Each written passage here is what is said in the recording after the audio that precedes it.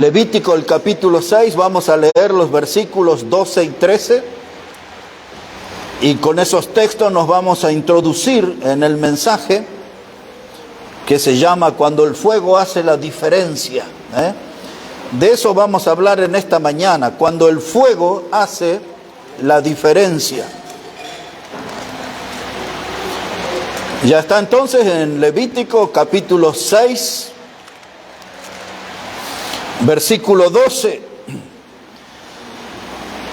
Dice: y el fuego encendido sobre el altar no se apagará, sino que el sacerdote pondrá en él leña cada mañana y acomodará el holocausto sobre él y quemará sobre él las grosuras de los sacrificios de paz.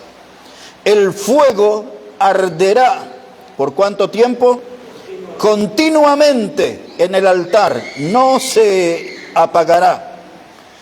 Dios había hablado con Moisés y le dio una serie de indicaciones sobre las ofrendas, sobre los sacrificios, sobre el holocausto. Y aquí había una recomendación especial para el sacerdote. Y esta recomendación es una figura para nosotros de cómo debe ser nuestra vida cristiana. Una de las misiones del sacerdote era poner leña en el fuego cada mañana. Tenía que acercarse y tenía que alimentar ese fuego, porque Dios había dicho que ese fuego no se debía apagar. Cada mañana era el trabajo del sacerdote de alimentar el fuego. Y Dios le dijo que el fuego, hermanos, tenía que arder continuamente. Y subraya al final del texto: no se apagará. Exactamente es eso lo que Dios espera en nuestra vida cristiana. Que haya suficiente fuego en nosotros, que arda continuamente. Es el fuego de la presencia de Dios, el fuego de la presencia del Espíritu Santo, el fuego de la presencia de Cristo en nuestra vida, que sea notoria, que arda continuamente ese fuego, que no se apague. Y esa es nuestra misión. Siempre tenemos el diablo que anda tratando de apagar ese fuego que Dios encendió en nuestros corazones desde que Cristo es nuestro Salvador. El diablo quiere desdibujar la obra que Cristo hizo en nosotros. El diablo quiere manchar nuestro testimonio. El diablo está empecinado que no haya fuego de Dios en nuestra vida. Pero el fuego es lo que hace la diferencia. Cuando usted ve un creyente de fuego apagado, no puede cumplir la misión que Dios espera. Tenemos que nosotros, hermanos, alimentar ese fuego, cuidar ese fuego, sentirnos que somos responsables para que haya fuego de Dios en nuestra vida. Dios no utiliza gente apagada, Dios quiere gente encendida. Hombres como el profeta Elías, el profeta de fuego, es el apodo con el que él pasó a la historia. Dios respaldó su ministerio con fuego del cielo. Cuando usted lee Isaías capítulo 6, dice que un ángel de Dios tomó unos carbones encendidos del altar y tocó los labios de Isaías y él se transformó en un predicador, un gran predicador. Y ese fuego, hermano, que necesitó Isaías es el mismo que necesitamos nosotros, un fuego del altar de Dios. Hoy en día se habla mucho, y aún en los púlpitos, de predicadores motivadores o motivacionales, son los términos que usan.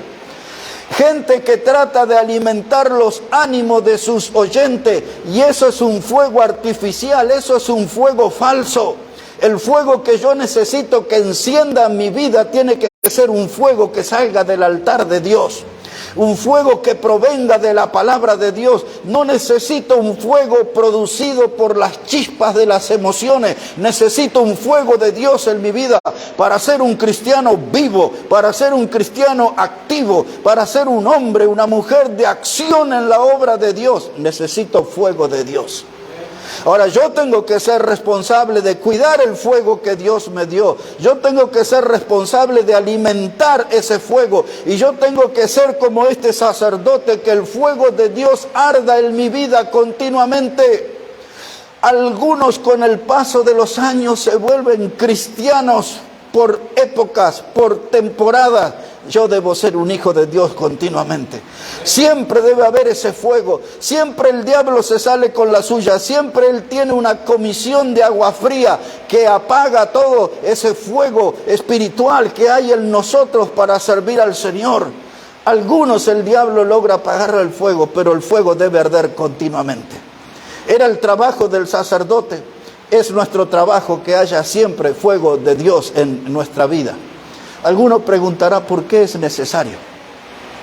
Porque tenemos una carrera por delante. Esa carrera se llama vida cristiana.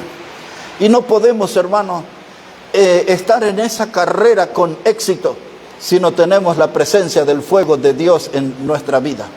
Hablemos un poquito de la carrera y después volveremos al fuego. Busque por favor en Hebreos el capítulo 12 ahora. Hebreos el capítulo 12. Y vea cómo dice ahí la palabra de Dios, versículos 1 y 2. Hebreos el capítulo 12 y los versículos 1 y 2. Dice la palabra: por tanto, nosotros también, teniendo en derredor nuestro tan grande nube de testigos, despojémonos de todo peso y del pecado que nos asedia, y corramos con paciencia la carrera que tenemos por delante, puestos los ojos en Jesús, el autor y consumador de la fe. Notó como dice ahí, versículo 1 en la parte final, dice: corramos con paciencia la carrera que tenemos por delante.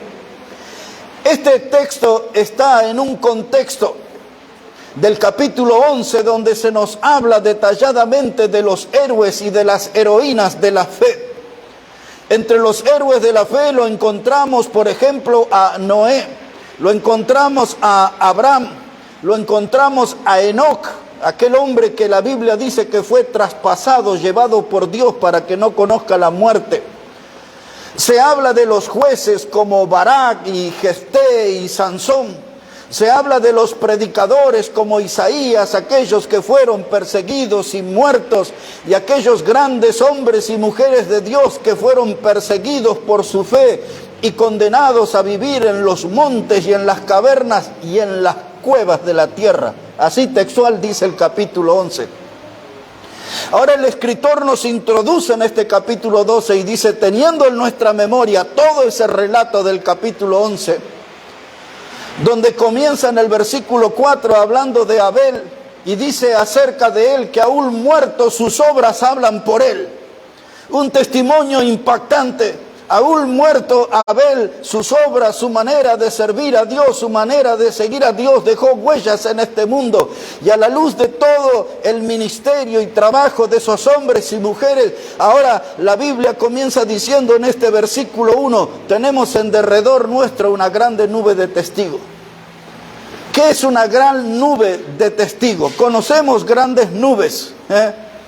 A veces, hermanos, salimos como ayer quizás, asoma por la ventana o desde la calle, mira, y esos tremendos nubarrones amenazantes, las tormentas que se desató ayer a la madrugada cuando algunos dormían, hizo estragos en muchos lados. Los nubarrones nos impresionan. Cuando volábamos en el avión muchas veces, hermano, parece que el avión va sostenido en enormes nubes y de pronto las nubes se desaparecen y a uno le agarra un miedo porque parece que no tiene dónde apoyarse el avión. Grandes nubes, pero ahora habla de una nube diferente, dice una nube de testigo. Aquellos que entienden hablan de las nubes, de las cúmulos, de las nimbus, cirrus, stratus, esos son nombres de las nubes. Pero esta es una nube de testigo, es diferente. Quiere decir el escritor que estamos rodeados, ustedes y yo, en este siglo XXI, por el testimonio de todos aquellos hombres y mujeres que se destacaron en la carrera de esta vida por la fe. Esa fue la virtud que los hizo diferentes.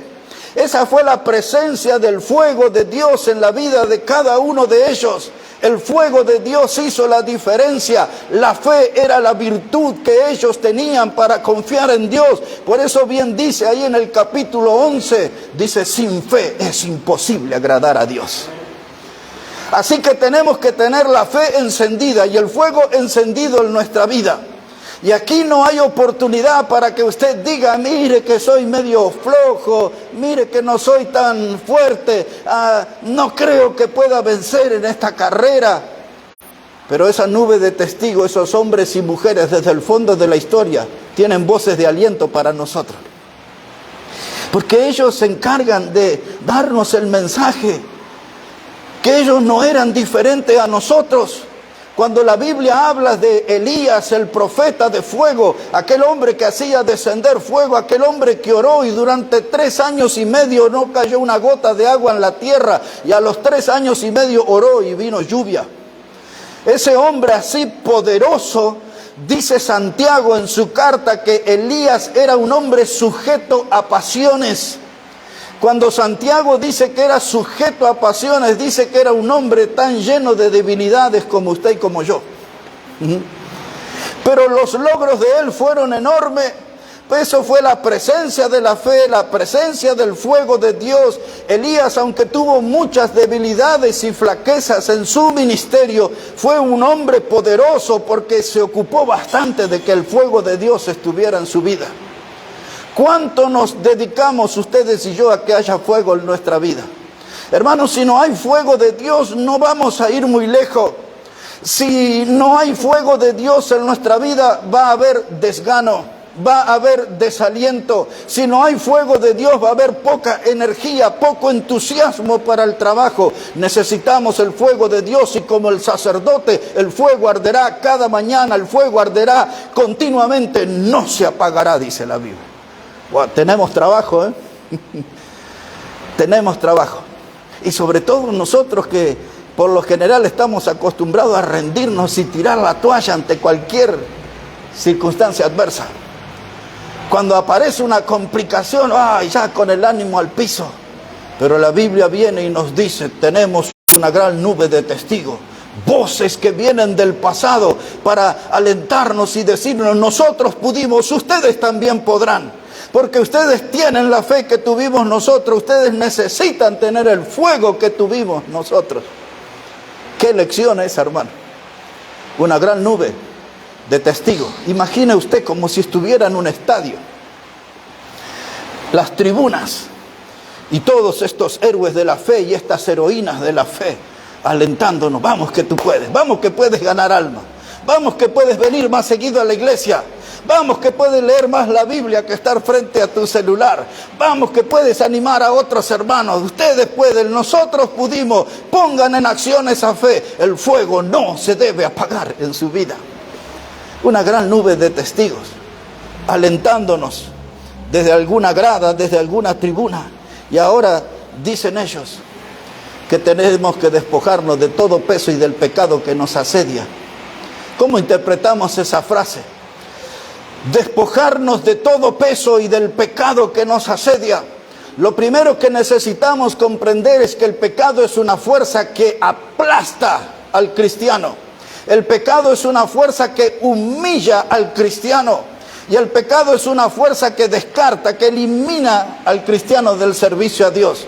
En otras palabras, si el pecado habita en nosotros, si le damos espacio al pecado en nuestra vida, no podemos ser usados por Dios.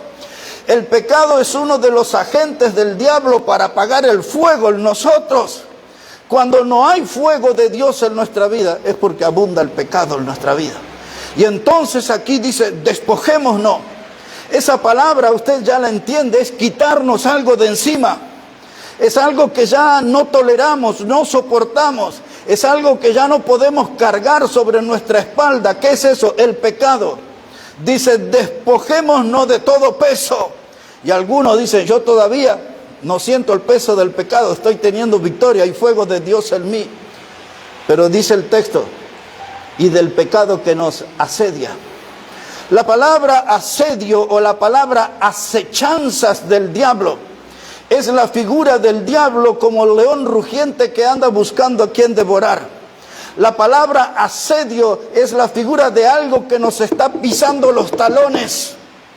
Y lo que es ese algo es el pecado. El pecado nos rodea a cada uno de nosotros. El pecado nos acosa a cada uno de nosotros. El pecado nos acorrala a cada uno de nosotros. Y si no presentamos una batalla dura contra el pecado, nos vamos a rendir ante él. Pero si le damos batalla porque tenemos fuego de Dios en nuestra vida, entonces vamos a vivir lejos del pecado y cerca de Dios. ¿Qué es lo que dice el texto? Dice, una vez que nos despojamos de todo peso y del pecado que nos asedia, dice, ahora corramos con paciencia la carrera que tenemos por delante. ¿Qué es la carrera? Es la vida cristiana. Es esa la carrera, no es otra. Se usa la figura del atleta. El atleta tiene que ser esforzado. El atleta tiene que cuidarse en su forma de alimentarse. El atleta debe cuidarse en su forma de entrenar. Debe ser constante, debe ser insistente. El atleta se le da una serie de ejercicios para que esté preparado para correr la carrera que tiene por delante. Y él tiene que llegar a la meta. No tiene que tener lesiones, no puede desgarrarse, no puede acalambrarse. Él va a llegar así a la meta. Esa es la figura que usa la Biblia para nosotros como cristianos. Llegar a la meta. Tener, hermano, no quedarnos acalambrados en el camino, rendidos. No que en la mitad de nuestro andar con Cristo nos fuimos al mundo y andamos dando pena en el mundo. No, hermano, dice la Biblia, ahora usted tiene que correr la carrera que tiene por delante. Y ahí va la fórmula. Dirían los mexicanos, ahí les va. Dice, esto se puede lograr, dice, con los ojos puestos en Jesús. ¿Escuchó eso? Yo lo he dicho alguna vez aquí en este púlpito, no está de más volver a repetirlo. Si usted quiere llegar hasta el final en la vida cristiana, esta es la única fórmula, es la única receta, vivir con los ojos puestos en Jesús. Si usted pone la mirada en los hermanos, usted se va a frustrar. Hay hermanos, el predicador, el pastor, los diáconos, el misionero, quien usted puede tener como ejemplo, esa persona le puede fallar, se puede caer en el camino. Puede ser una persona que en alguna etapa de su vida empieza a dar un mal testimonio. Y usted dice, bueno, no voy a ir más a la iglesia, mire el predicador, mire el diácono, mire aquel otro, resultó ser tremendo pecador, mire. Pero no es lo que la Biblia le dice, que usted tiene que andar mirando cómo son los hermanos. La Biblia dice que usted tiene que mirar a Jesús, es el autor y consumador de la fe. Él es el alfa y el omega que habla Apocalipsis, el principio y el fin. Al principio de mi vida cristiana tengo mi encuentro con Cristo como mi Salvador. Él es mi guía, Él es mi buen pastor. Ya hemos predicado de eso el domingo anterior. Él es el que tiene la vara y el cayado para guiarme correctamente en el camino. De Él es que la Biblia dice, hermano, sé santo porque yo soy santo, dice el Señor. Yo no soy santo porque mis hermanos son santos, porque pueden ser por algún tiempo, pero pueden ser grandes pecadores en otro tiempo. En cambio, Dios tiene un atributo que se llama inmutable. Cuando la Biblia habla de ese atributo inmutable, está hablando que Él no cambia. Santiago en su carta dice que en Dios no hay variaciones de luces ni de sombras. Dios siempre es el mismo. El predicador cambia, los diáconos cambian, los hermanos cambian, Dios no cambia. La misma Biblia dice aquí en Hebreo que Jesucristo es el mismo ayer, hoy y por los siglos. Por lo tanto, voy a vivir mi vida cristiana, voy a correr mi carrera con los ojos puestos en Jesús. Eso asegura que haya fuego, y el fuego hace la diferencia en mi vida. Es bien notorio ver un cristiano encendido y al lado un cristiano apagado. Usted sabe bien quién es quién. El fuego de Dios hace la diferencia. ¿Cada cuánto hay que alimentar el fuego? Dice que el sacerdote cada mañana tenía que poner leña en el fuego. ¿Por cuánto tiempo debe arder el fuego? Continuamente. ¿Qué más dice Dios? No se apagará. Ocúpate, hermano querido, que no se apague el fuego de Dios en tu vida. Segunda de Timoteo, capítulo 1. Busque ahí, por favor. Segunda de Timoteo, capítulo 1. Vea cómo dice la palabra de Dios, versículo 6. Segunda de Timoteo, el capítulo 1 y el versículo 6. Dice la palabra de Dios: por lo cual te aconsejo que avives el fuego del don de Dios que está en ti por la imposición de mis manos. Cuando una persona era encomendada al ministerio, lo hacemos hoy también. Cuando sale al pastorado, cuando sale como misionero, aún con los diáconos que son oficiales en la iglesia, se acostumbra que otros que ya están en el ministerio le impongan las manos. En una señal de reconocimiento, no le están transfiriendo ningún poder especial, solamente le están teniendo un reconocimiento que es una persona que reúne los requisitos espirituales, morales y sociales para ejercer el trabajo que Dios le encargó. Y aquí Timoteo dice que él había recibido una imposición de mano. Dice el fuego del don de Dios. La palabra don significa dádiva, la palabra don significa regalo. Pero en este contexto la palabra don significa ministerio. La palabra ministerio que habla la Biblia significa lo que yo puedo hacer por la gente. Eso es ministerio. Lo que yo hago por la gente, eso es ministerio. Pablo le dijo a Timoteo, dice que él tenía que sufrir penalidades. Después le dice, haz tu obra de evangelista, cumple tu ministerio. En otras palabras, no dejes de servir a la gente. No dejes de hacer cosas por la gente. Hermano, para hacer cosas por la gente, para cumplir con mi ministerio, necesito fuego de Dios. No lo puedo hacer con una fuente de desánimo. No puedo desde la depresión servir a mi gente. No, necesito estar vivo, estar en acción, sentir que el fuego de Dios me motiva, me impulsa, me obliga a trabajar para la gente. Y ahora Pablo dice en este versículo 6 a Timoteo, que por este tiempo era un predicador como de 35 años, no más que eso, es decir, que era un hombre joven.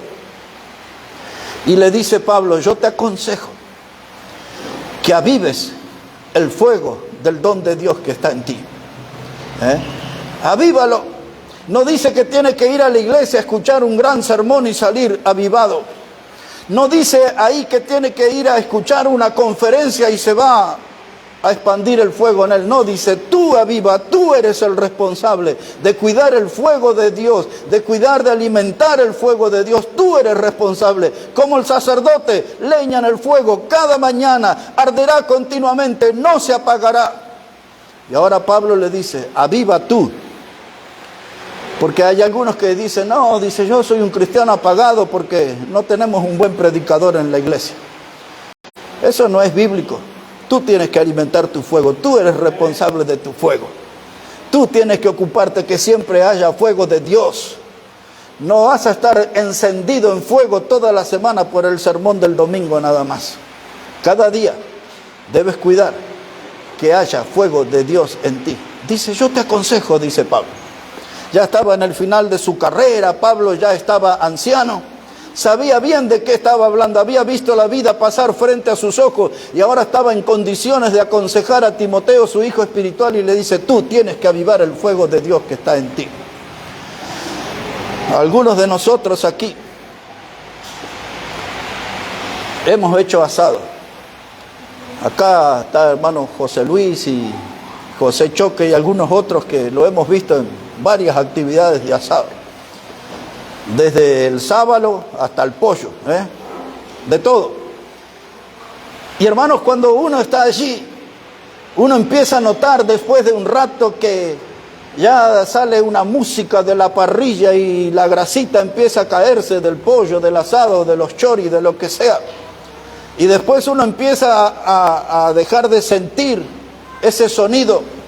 Entonces toma ahí una vara o un atizador y empieza a remover los carbones, porque los carbones pierden su fuerza porque están recubiertos de una ceniza blanca. Y cuando usted entra a remover ahí esos carbones, empieza a recuperar un color naranja, hay una presencia de fuego, hay un calor diferente. De eso se trata, hermano. La vida a nosotros nos apaga, la vida a nosotros nos quita mucha fuerza, la vida a nosotros nos coloca mucha ceniza sobre nuestro fuego. Y Pablo dice, aviva el fuego, remueve las brasas de tu alma, remueve las brasas de tu corazón, que vuelva a haber calor en tu vida, que vuelva a haber fuego, que se note siempre la presencia del fuego de Dios en tu vida. Aviva el fuego de Dios. Aquellos que estamos en el ministerio de la música, de la predicación, de la maestría en la escuela dominical, hermano, no hay lugar para andar con el fuego apagado. Tenemos que andar siempre con el fuego encendido, porque tenemos que tener fuego suficiente para estar firmes en la fe, pero también nos tiene que sobrar calor para transmitir a los hermanos y animar a los hermanos, y que podamos juntos servir a nuestro Salvador. Aviva el fuego del don de Dios que está en ti. Ahora en Proverbios, el capítulo 26. El libro de los Proverbios, el capítulo 26. Estamos hablando de este tema, el fuego que hace la diferencia. El fuego que hace la diferencia. Proverbios, el capítulo 26. Ponemos la mirada en el versículo 20. Ahí hay algo tan simple pero profundo. Obsérvelo, por favor. Proverbios 26, 20. ¿Qué dice la primera parte? Sin leña se apaga el fuego. Ahí es, hermano. Eso es. ¿Sabe qué? Yo sé que hay algunos que están acostumbrados a la vida moderna y la vida de ciudad. Ustedes saben que hay algunas cocinas que usted solamente gira la perilla y se enciende el fuego. No son de esas que tiene que encender el fosforito, o los que usaban el famoso Magic Click, uno que hace clic, clic, que decía la publicidad que duraba 100 años. Bueno, no vamos a vivir tanto tiempo para dar testimonio si dura 100 años, eso no. Pero lo cierto es que ha encendido el fuego. Pero hay unas clases de cocinas diferentes que no necesita de fósforo, ni de Magic Click, ni de agarrar un papel torneado y encender del calefón y traer ahí. No, usted gira nomás, ahí, tric, y se enciende el fuego. Y hermanos, usted está acostumbrado a eso y usted está diciendo, ¿de qué está hablando este hombre? Sin leña se apaga el fuego. Yo estoy acostumbrado a hacer otro tipo de cosas, de conseguir el fuego de diferente manera. No estoy hablando del fuego que se consigue frotando dos maderas ahí, y después de un rato sale el humo ahí, una chispita y se enciende el fuego. El fuego que se enciende con las piedras. Capaz que alguno ha logrado eso alguna vez. Pero este fuego, hermano, es un fuego de Dios. Y la Biblia dice, sin leña se apaga el fuego. Si tú no tienes leña para alimentar el fuego de tu vida espiritual, no lo acuses al predicador, no le acuses a la iglesia. Tú eres responsable de tener fuego de Dios en tu vida. Y el texto es simple pero profundo. Sin leña se apaga el fuego. Necesitas poner leña, y cuando el fuego se enciende comenzamos allí con unas ramitas. ¿Cuántas veces usamos las cáscaras en los viajes de los eucaliptos? Sacamos las cáscaras resecas ahí, las cortamos en tiritas y ponemos un poquito de viruta, de eso que los carpinteros raspan la madera y salen ahí como rulitos de madera ahí, y ponemos y el fuego. Aquellos asadores modernos agarran los cajones que tiran los verduleros, y esa maderita finita de los cajones, eso iniciamos el fuego. ¿Cómo usted va a iniciar el fuego de Dios en su vida? ¿Cómo va a conservar el fuego de Dios en su vida? Si no tiene fuego no puede servir a Dios. El fuego es lo que hace la diferencia. Sin leña se apaga el fuego. El fuego arderá continuamente. Cada mañana debe alimentarlo. Arderá continuamente, no se apagará. Usted es el responsable del fuego de Dios en su vida. Hermanos, yo creo que soy el que más años tiene aquí en la fe, y bueno, y de edad también, en el documento también, tengo más años que todos acá.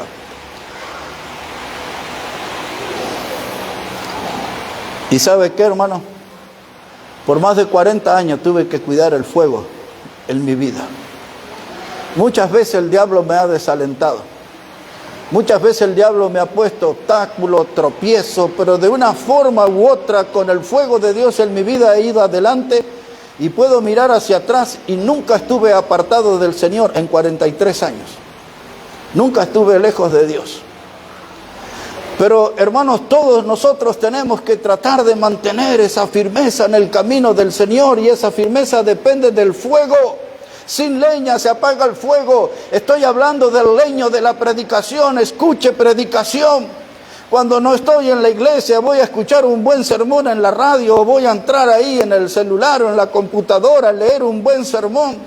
Anoche yo estuve leyendo.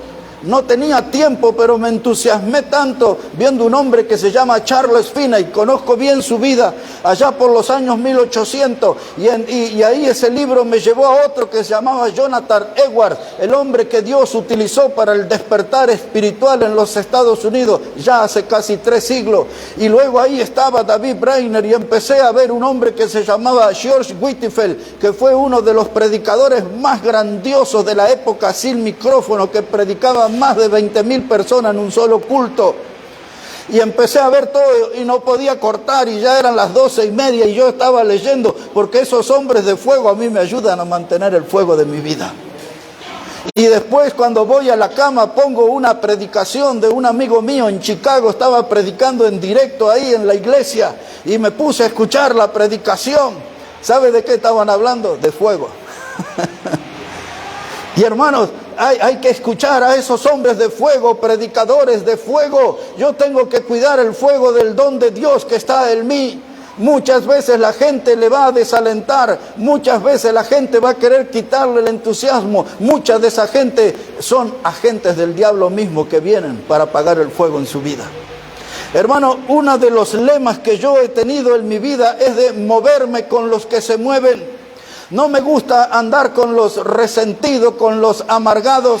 Hace 2 semanas un pastor me llamó y me empezó ahí a contar sus dramas, hasta que quiso empezar a hablarme mal de otras personas, y le dije: discúlpeme, tengo cosas que hacer aquí. A los 2 días otro líder de otra iglesia me llama y me empieza a querer hablar mal de otro predicador. Es muy posible que lo que él me estaba diciendo tenía razón, pero mi oído no es un basurero. No quiero eso. No quiero oír eso. Esas cosas me desaniman, esas cosas me desalientan. Un pastor me llamó de otro país preguntándome acerca de otro pastor. Dice: porque ese hombre no es de confianza, así y así y así. Y le dije: mire, los años que él sirvió junto a mí, le digo, fueron buenos. Hoy no sé lo que hace, no sé en qué cosas anda. No puedo decir nada malo de él. Sí he oído cosas, pero yo no vi. Entonces no puedo sumarme a eso. Y trato de cortar, porque a veces gente que anda en los púlpitos, hermanos, le quieren pasar veneno y le quieren ahí contar sus luchas y rivalidades, y nosotros no estamos para competir. Yo tengo bien identificado mi enemigo. Mi enemigo es el diablo, no son mis hermanos en la fe. Y hermanos, yo no voy a dejar que el diablo apague mi fuego. Muchos de nosotros somos como Eva, tenemos cierta curiosidad. Sí, de ese pastor, cuénteme, dígame. Pero hay que superar la curiosidad, y hay que mantenerse limpio, y hay que mantenerse con el fuego encendido. ¿Sabe por qué? Porque tenemos una carrera por delante y tenemos que llegar a la meta, y la única forma de lograrlo es con los ojos puestos en Jesús. Si usted quiere asegurarse de andar bien en la vida cristiana, si usted quiere asegurarse de llegar al final de la carrera victorioso, lo tiene que hacer con los ojos puestos en Jesús. No hay otra receta, no hay otra fórmula. Lo que le va a mantener firme es vivir con los ojos puestos en Jesús. Aún los domingos, cuando decide venir a la iglesia, usted tiene que venir por Jesús. No tiene que venir por el predicador, no tiene que venir por el cantante, no tiene que venir por la amabilidad de los hermanos. Usted tiene que venir a los cultos para encontrarse con Jesús. Es un encuentro con el Salvador. De eso se trata, hermano.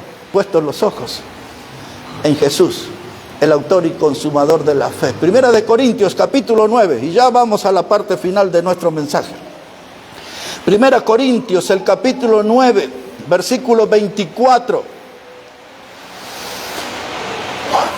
Primera de Corintios, el capítulo 9, versículo 24.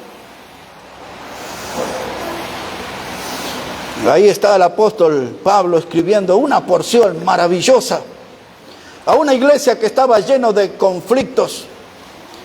Esta iglesia tenía más problemas que pelo en la cabeza, hermano. Cada drama había en esta iglesia. Tremendo eran los escándalos que había. Y Pablo le está escribiendo a ellos. 2 cartas le tuvo que escribir para tratar de ponerlos en línea. Las 2 cartas más largas de la Biblia. Pero aquí en este capítulo 9 de 1 Corintios, verso 24, dice Pablo: ¿no sabéis que los que corren en el estadio, todos a la verdad corren, pero uno solo se lleva el premio? Corred de tal manera que lo obtengáis. Ese pasaje, hermano, es motivador para mí. Hace años que lo leo, hace años que lo uso. Este pasaje me ayuda a mí a enfocarme en la carrera, me ayuda a enfocarme en la vida cristiana. En primer lugar, me dice que los que corren, hermano, en el estadio, todos a la verdad corren, pero uno solo se lleva el premio. Es decir, que cuando yo estoy en esta carrera, no entro como un perdedor, no entro como una persona vencida, derrotada. Yo cuando estoy en la vida cristiana, quiero ser victorioso en mi andar y quiero llegar a la meta siendo victorioso. Dice Pablo ahora a modo de exhortación, dice: corred de tal manera que obtengáis el premio. Pareciera que nos dijera a nosotros: no tienen posibilidad de fallar, tienen que ganar sí o sí. Me hace acordar, ayer y hoy tuve una charla lindísima con Nicole sobre fútbol. Le dije fútbol y Biblia. Pero cuando yo era un futbolista, no había esas arengas que ustedes ven ahora, todo así. Pero sí, cuando salíamos, siempre era el técnico el que hablaba, no los futbolistas como lo hacen ahora. Y el técnico nos miraba a los ojos y nos decía: hoy una sola consigna, ganar o ganar. Y después ya sabíamos cuáles eran nuestras armas para ganar, cuál era nuestro esquema de juego, cómo nos íbamos a comportar. Y aquí en la vida cristiana, hermano, me resulta válida esa expresión. Nuestra consigna debe ser ganar o ganar. Dice Pablo: corred de tal manera que obtengáis al premio. En otras palabras, está diciendo: tienes que subir al podio de los vencedores. No te puedes quedar mirando de lejos a los vencedores. Tienes que ganar el premio. Hay una cosa que es incorrecta en el mundo del deporte, específicamente en el fútbol, y es algo que acostumbran a hacer mucho los argentinos, los futbolistas, que cuando no logran el título, pero salen segundos o terceros, les dan el premio, la medalla, y se la sacan. No sé si han visto eso alguna vez, como despreciando el premio. Pero si yo estoy en el podio, primero, segundo, tercero, si lo que me tocó es oro, es plata o bronce, lo que sea, yo voy a estar en el podio de los vencedores, porque corrí de tal manera la carrera que obtuve el premio. No me quedé mirando de lejos, la alegría de los triunfadores. Pero para ser un triunfador en todos los aspectos de la vida, hermano, hay que ser una persona dedicada. Si hablamos de negocios, la gente dice: si tienes tu negocio, atiéndelo. Es diferente cuando te lo atiende un empleado que cuando lo atiendes tú como dueño. Tú sabes que ese es tu negocio y tú tienes el mejor trato para tu cliente y tú le ofreces lo mejor, le brindas el mejor servicio. Si tienes tu negocio, atiéndelo. En la vida cristiana, si dices que eres de Cristo, pues compórtate como un cristiano. Súbete al podio de los vencedores. Corred de tal manera que obtengáis el premio. Así que no hay espacio para la flojera. No hay espacio para el doble ánimo. El fuego es lo que hace la diferencia. Aquellos que llegan al podio es porque tienen fuego. En el mundo del deporte se llama la llama sagrada. La llama sagrada. Bueno, pero para no confundir con las llamas del altiplano, hablemos del fuego sagrado. Hay un fuego adentro nuestro. Esa es la forma de llegar al podio. ¿Quiere ser un emprendedor? ¿Quiere tener buenos resultados en el mundo de los negocios? Va a tener fuego de Dios en su vida para eso. ¿Quiere tener un matrimonio con alegría? Que la casa suya no sea una sala de tortura, sino que sea un pedazo del cielo en la tierra. Va a necesitar fuego de Dios en su vida. ¿Quiere tener un ministerio con logros? ¿Quiere que Dios esté satisfecho con una sonrisa por el trabajo que usted hace en la obra? Va a necesitar fuego de Dios en su vida. Necesitamos fuego, hermano, fuego de Dios. ¿Qué es lo que dice Dios al sacerdote? Le dice, el altar arderá continuamente, no se apagará. Cada mañana hay que poner leña, cada mañana tenemos que alimentar nuestra vida espiritual, hermanos, fortalecernos, porque el diablo está terrible, está con todo.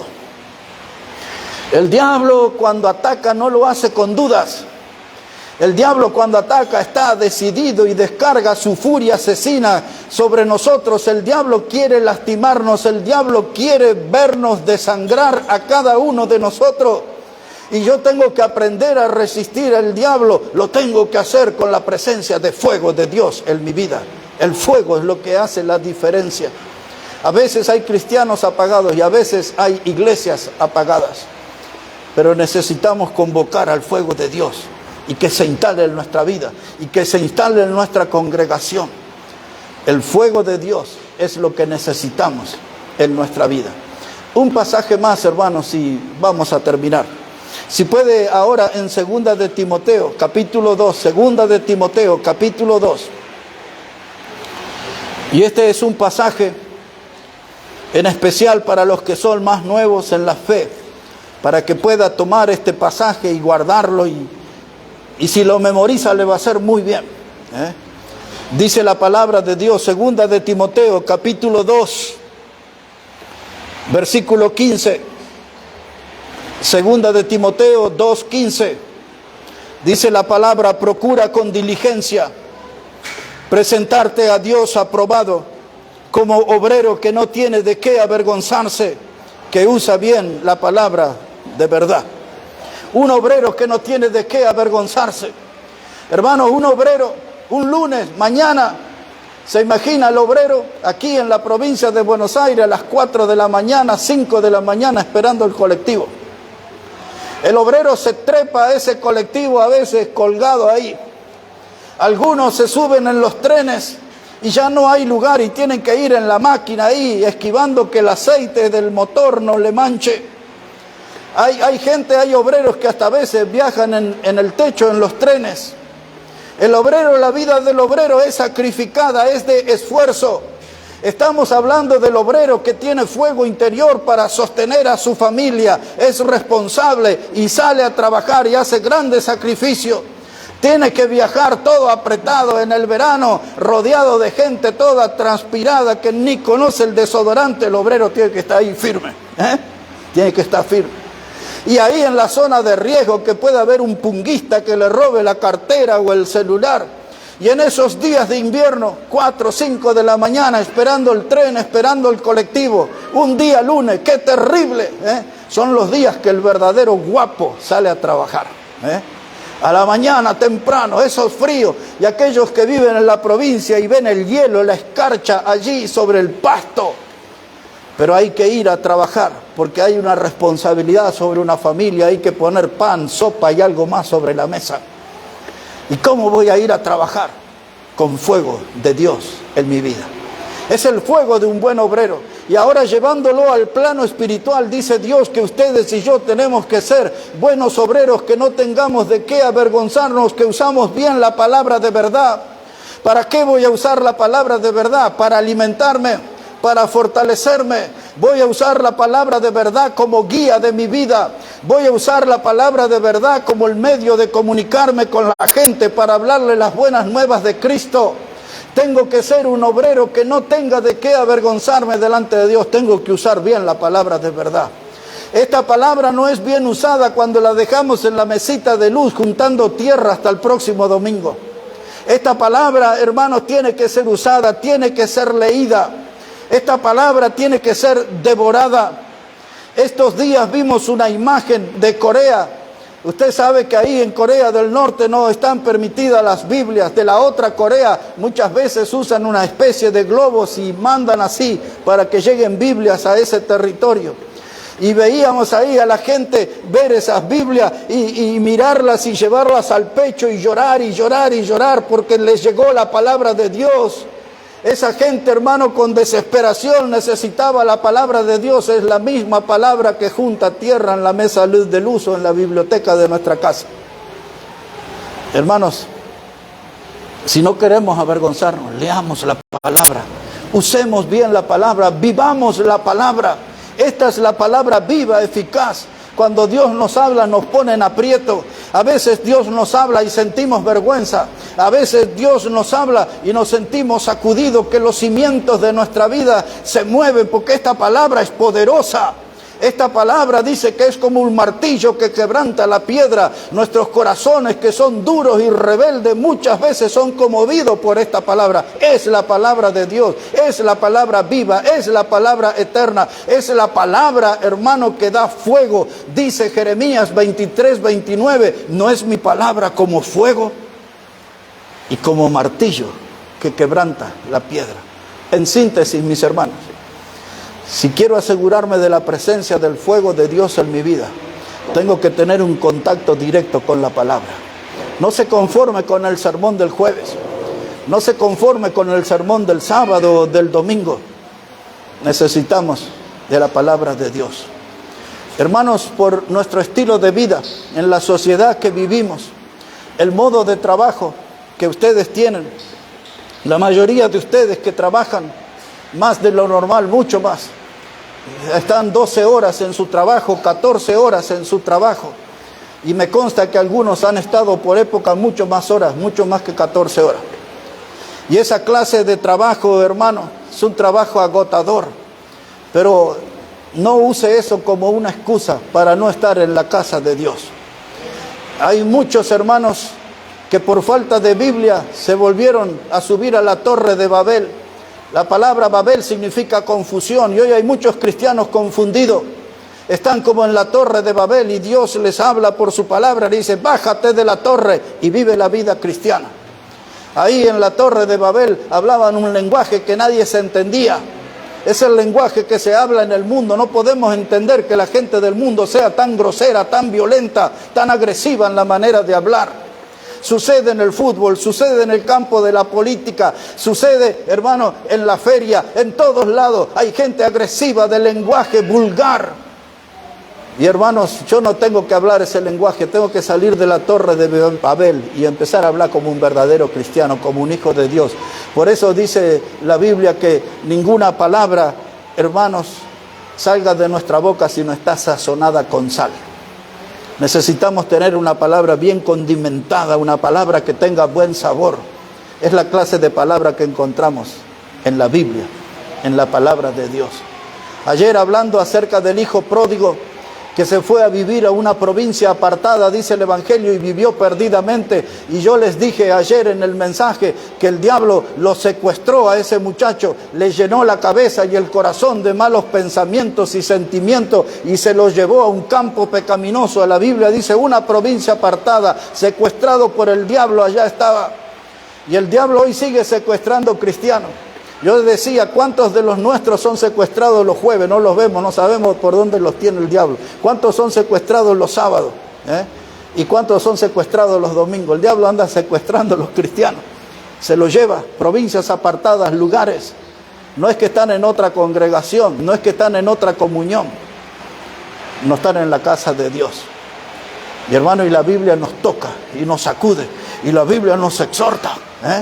La Biblia, hermano, nos dice, eso no estamos haciendo bien, eso necesitamos corregirlo, eso necesitamos cambiarlo, necesitamos tener un oído sensible y un corazón abierto para que Dios nos hable.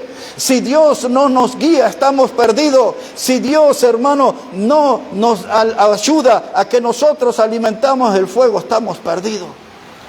Hermano, no caigan las redes del desánimo, del desaliento. La fórmula para vencer al diablo es teniendo la presencia del fuego de Dios. El fuego de Dios hace la diferencia en mi vida. Me voy a alejar de este púlpito recordándoles el sacerdote pondrá leña en el fuego cada mañana. El fuego arderá continuamente. El fuego no se apagará. De eso tenemos que ocuparnos cada uno de nosotros. Leña en el fuego de Dios cada mañana. El fuego en nuestra vida debe arder continuamente. El fuego en nuestra vida es responsabilidad nuestra, no se apagará. Que esa sea nuestra meta, que esa sea nuestra lucha y que ese sea nuestro logro, que el fuego de Dios no se apague en nosotros. Que el Señor bendiga su palabra, hermanos, que Dios